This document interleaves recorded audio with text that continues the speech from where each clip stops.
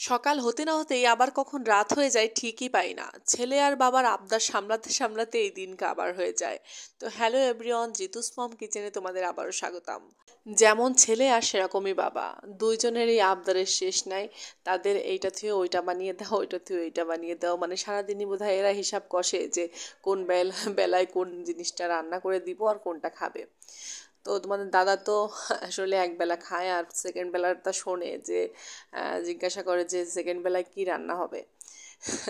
তো আমি এই জন্যে যদি তার মতামত না নিয়ে রান্না করা হয়, দেখা গেল রান্না করে রাখছে একরকম, এসে কষ্ট করে রান্না করে রাখবো আর এসে তার একেবারে নাক একেবারে সিটকে সে বলবে এই রান্না করেছো, এ কী করে খাবো, এ তো আজকে খাওয়া তো হবে না নে ঠিক মতো। তো রাগ করে আমি প্রায় কিন্তু বলি যে তুমি দেখো যেটা খাবা একবেলা পরের বেলা বলে যাবা যে কি খেতে চাও না চাও, এত কষ্ট করে রান্না করে তোমাদের এসব আমার কিন্তু দেখতে ভালো লাগে না।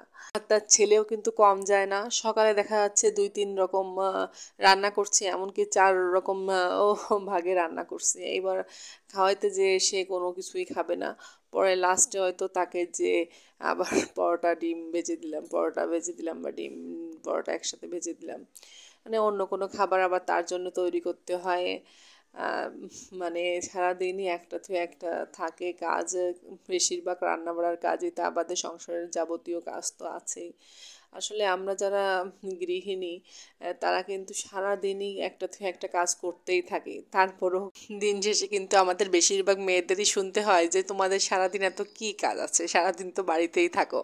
আসলে বাড়িতে থাকলেও যে অনেক কাজ থাকে এগুলা কিন্তু আসলে শ্বশুরবাড়ির লোক বলো বা স্বামী বলো, বেশিরভাগ পরিবারই কিন্তু বুঝতে চায় না।